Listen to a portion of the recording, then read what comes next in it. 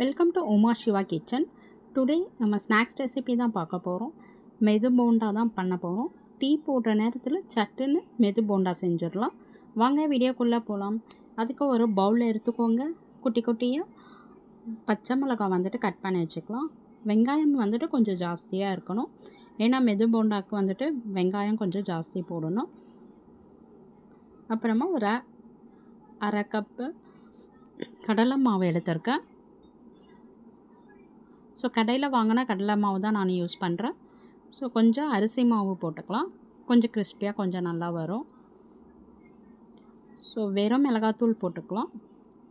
உங்களுக்கு காரத்துக்கு ஏற்ற மாதிரி மிளகாத்தூள் போட்டுக்கோங்க. தேவையான அளவு சால்ட்டு போட்டுக்கலாம். இது வந்து கொஞ்சம் ஹார்டாக வரும். ஸோ அதனால் நம்ம சோடா மாவு வந்துட்டு கொஞ்சமாக ஒரு பிஞ்ச் எடுத்து போடலாம். ரொம்ப ஜாஸ்தி போடக்கூடாது. ஸோ அது சாஃப்ட்னஸ்க்காக தான் நம்ம போடுறோம். நீங்கள் அப்படியே செஞ்சிங்கன்னா அந்த ஹார்டாகவே இருக்கும், சாப்பிட்றதுக்கு நல்லா இருக்காது.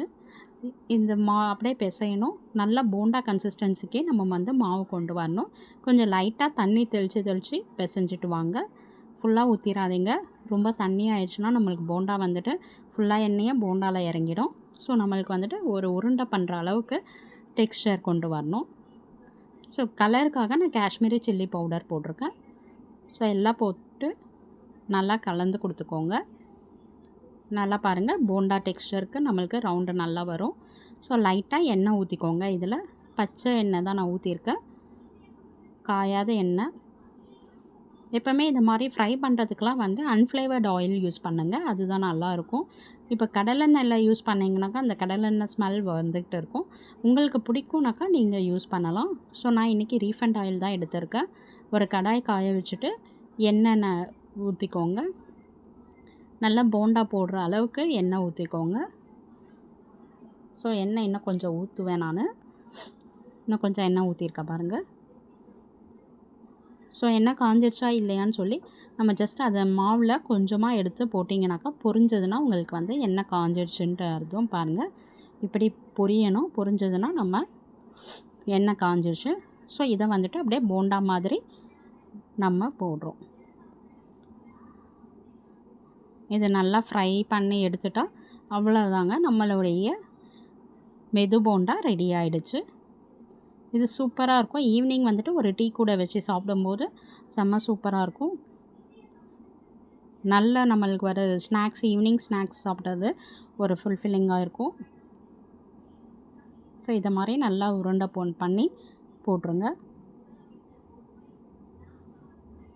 சிம்மில் வச்சு தான் இது வந்துட்டு நம்ம பொரிக்கணும்.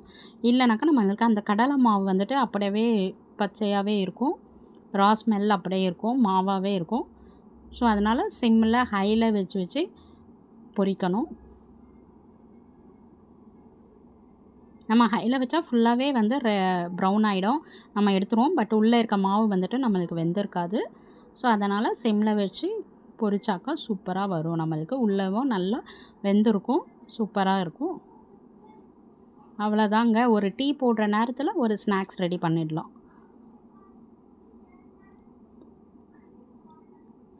சூப்பரான மெது போண்டா ரெடி ஆகிடுச்சு. ஸோ இதை டீ கூட வச்சு நீங்கள் சர்வ் பண்ணுங்கள். இந்த வீடியோ உங்களுக்கு பிடிச்சிருந்ததுன்னா லைக் பண்ணுங்கள், ஷேர் பண்ணுங்கள், சப்ஸ்கிரைப் பண்ணிக்கோங்க. பாருங்கள், அவ்வளோதான் நம்மளோட